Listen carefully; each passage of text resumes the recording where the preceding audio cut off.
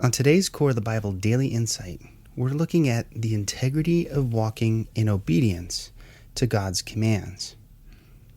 In Luke chapter 1, we find this interesting verse about Zechariah and Elizabeth. It says, "They were both righteous before God, walking blamelessly in all the commandments and ordinances of the Lord." Zechariah and Elizabeth, the parents of John the Baptizer, are described as being a couple with incredible integrity.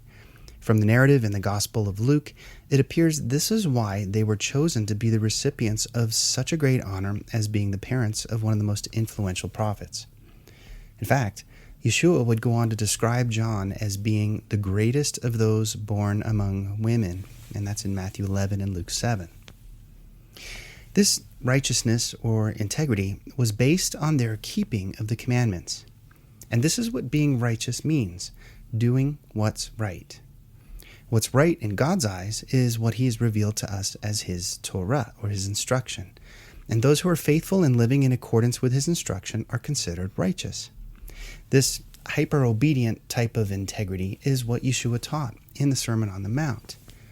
And in Matthew 5, he says the following, "Blessed are those who hunger and thirst for righteousness, for they will be satisfied. In the same way, let your light shine before people so that they can see your good deeds and give honor to your Father in heaven."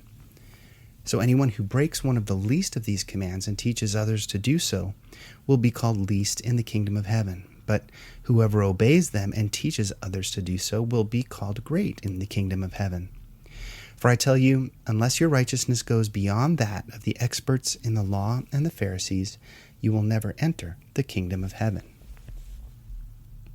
So this righteousness or obedience to the commands is considered a standard of those who would be participants in the kingdom of God. And the Apostle John also makes this abundantly clear. In 1 John 2, he writes, "Now by this we know that we have come to know God, if we keep his commandments. The one who says, 'I have come to know God,' and yet does not keep his commandments is a liar, and the truth is not in such a person." In 1 John 5, he says, "By this we know that we love the children of God, whenever we love God and obey his commandments. For this is the love of God, that we keep his commandments, and his commandments do not weigh us down." See, there's no difference between the righteousness of Zechariah and Elizabeth and the righteousness of believers today. Righteousness is still based on obedience to God's Torah, his instruction. And while their obedience was a hopeful, forward-looking faith toward the coming of God's messianic kingdom, our obedience is based on a faith that looks back to the establishment of that kingdom. Yeshua was going to fulfill the prophetic expectation of their day, and we are now looking back at the completed picture of how that has been fulfilled. In Hebrews 12, the writer says, "Therefore, since we're surrounded by such a great cloud of witnesses, we must get rid of every weight and the sin that clings so closely, and run with endurance the race set out for us, keeping our eyes fixed on Yeshua, the ruling leader and completer of the faith." Our common faith with Zechariah and Elizabeth is based on walking in the same integrity and righteousness of obedience that allows all of us to be participants in the kingdom.